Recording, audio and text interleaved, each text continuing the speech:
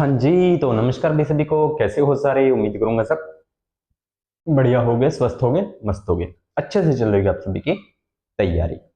तो आज आपके लिए एक विचित्र सा टॉपिक लेकर आए हैं। छोटा सा ही है, 5-7 मिनट का ही है, लेकिन जानकारी बहुत महत्वपूर्ण है। आप सभी ने पढ़ा होगा। ज्यादा बातें नहीं करता, मैं सीधा टॉपिक पे आता हूं। दूध से दही बनना। दही बनना। कहोगे सर ये क्या टॉपिक है? ये तो हमें पता है कैसे बनती है। जीवाणु होता है, जामन डालते हैं, रात भर छोड़ते हैं, सुबह दही बन जाती है ना। चलिए एक एक चीज के बारे में बात करते हैं। दूध से दही। मैं यहां लिखता हूं दूध और यहां लिखता हूं दही।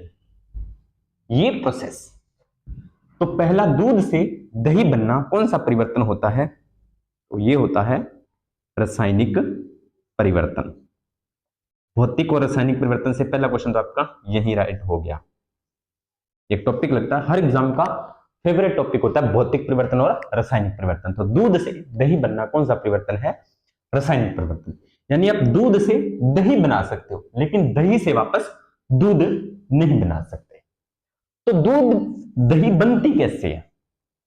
चलिए पहले दूध की बात कर लेते हैं।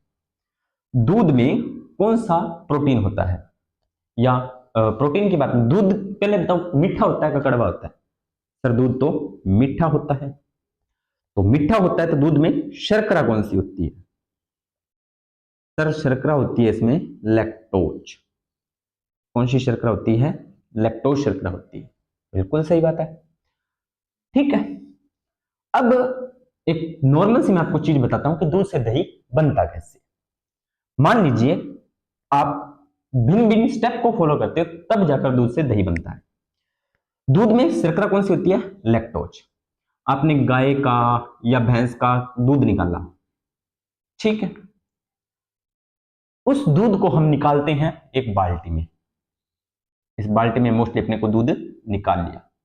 इस दूध को हम गांव में क्या नाम देते हैं कि दूध कच्चो है। क्या है? दूध कच्चो दूध है ना। कच्चा दूध जिसे आप बोल देते हो। ठीक है। अब आप कहोगे सर मैं कच्चे दूध में दही या छाछ मिला दूंगा तो दही बन जाएगी, तो ऐसा नहीं होगा।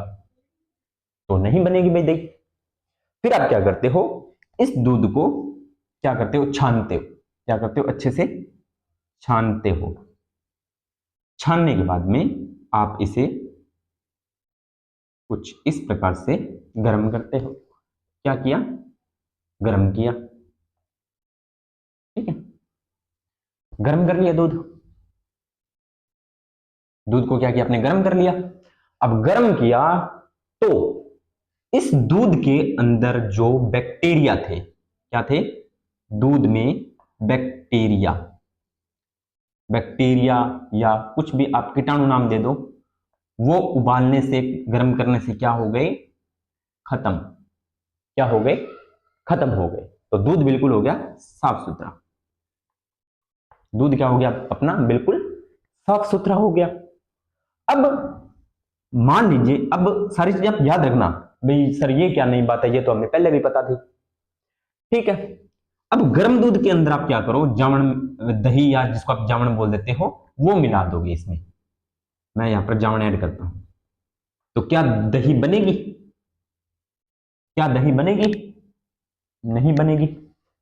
तो फिर आप इस दूध को क्या करते हो? अब आप इस दूध को करते हो ठंडा।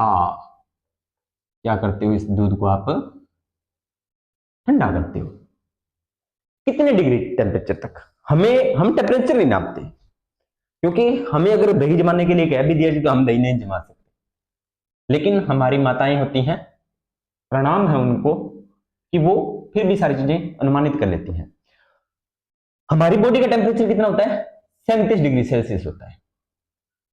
लेकिन वो दूध को कितना गर्म रखती है? गुनगुना सा। गुनगुना। यानी कि अप्रोक्सीमेट आप उसका टेम्परेचर मान सकते हो 39 डिग्री के। 39 डिग्री तक, जिसे नॉर्मल भाषा में आप बोल देते हो कि दूध कोसो है। ठीक है।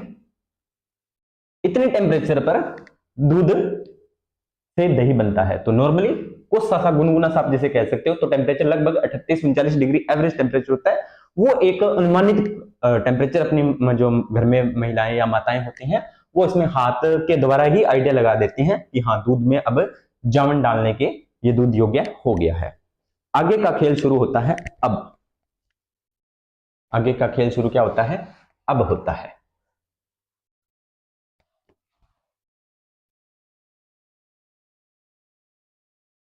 अब ये जो दूध है, ये जो आपका दूध है, इसका टेम्परेचर लगभग 39 डिग्री सेल्सियस है और बिल्कुल शुद्ध भी है, यानी कि जीवाणु रहित है। जीवाणु रहित, क्योंकि जब हमने गाय से दूध निकाला तब उसमें कुछ जीवाणु थे, गर्म करके हमने इसको जीवाणु रहित कर लिया। अब इसमें हमने ऐड किया जावण, जिसे अपने आप बोल देते हो। ये छाछ भी होती है, दही भी होती है और अनदर भी कुछ चीजें होती हैं, वो फिलहाल अब मेरे ध्यान में नहीं है, मेनली अपने छाछ। अब इसमें क्या होता है? इसमें होता है एक जीवाणु। क्या होता है? जीवाणु। और उस जीवाणु का क्या नाम होता है? उस जीवाणु का नाम होता है लैक्टोबैसिलस। क्या नाम होता है? लैक्टोबैसिलस। दूध में शर्करा कौन सी थी? याद करो, दूध में शर्करा थी प्यारे बच्चों, लैक्टोज। ठीक है। अब होगा क्या? आगे का प्रोसेस देखो। जैसे ही आपने इसमें जामन मिलाया, जामन इसमें आपने मिला दिया, ये पूरा पतीला लैक्टोज शर्करा से भरा हुआ है। अब मुझे बताओ, जब हमने दूध को गर्म किया था तो इसमें अब कोई और जीवाणु है? कोई और जीवाणु है या नहीं है? और जीवाणु तो सर नहीं है। तो इसमें अब कौन सा जीवाणु है? सिर्फ इसमें अब सिर्फ अकेला लैक्टोबैसिलस है। कौन सा जीवाणु है? लैक्टोबैसिलस। लैक्टोबैसिलस है। अब लैक्टोबैसिलस की क्या खास बात होती है? लैक्टोबैसिलस की क्या खास बात होती है? इसको ना लैक्टोज शर्करा बहुत पसंद होती है। लैक्टोबैसिलस को क्या पसंद होती है? लैक्टोज शर्करा पसंद होती है। लैक्टोज शर्करा पसंद होती है इसे, यानी कि इसको मीठा बहुत पसंद होता है। अब अकेला ही है इस पतीले में, इसमें जो इस बर्तन है इसके अंदर या इस दूध के अंदर इसका कोई कंपटीटर है?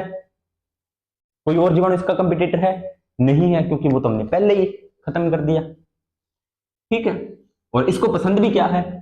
लैक्टोज शर्करा, यानी कि इसको मनपसंद खाना भी मिल गया और कोई बीच में डिस्टर्ब करने वाला भी नहीं है।